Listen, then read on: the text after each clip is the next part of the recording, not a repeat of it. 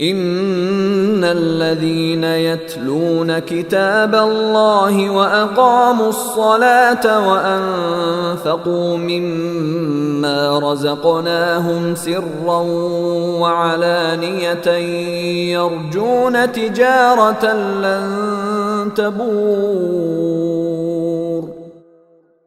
جو لوگ اللہ کی کتاب کی تلاوت کرتے ہیں اور جنہوں نے نماز کی پابندی کر رکھی ہے اور ہم نے انہیں جو رزق دیا ہے اس میں سے وہ نیک کاموں میں خفیہ اور علانیہ خرچ کرتے ہیں، وہ ایسی تجارت کے امیدوار ہیں جو کبھی نقصان نہیں اٹھائے گی.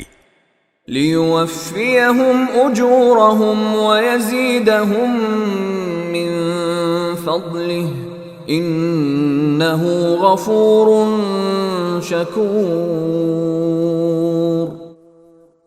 تاکہ اللہ ان کے پورے اجر ان کو دے دے اور اپنے فضل سے اور زیادہ بھی دے، یقیناً وہ بہت بخشنے والا بڑا قدردان ہے.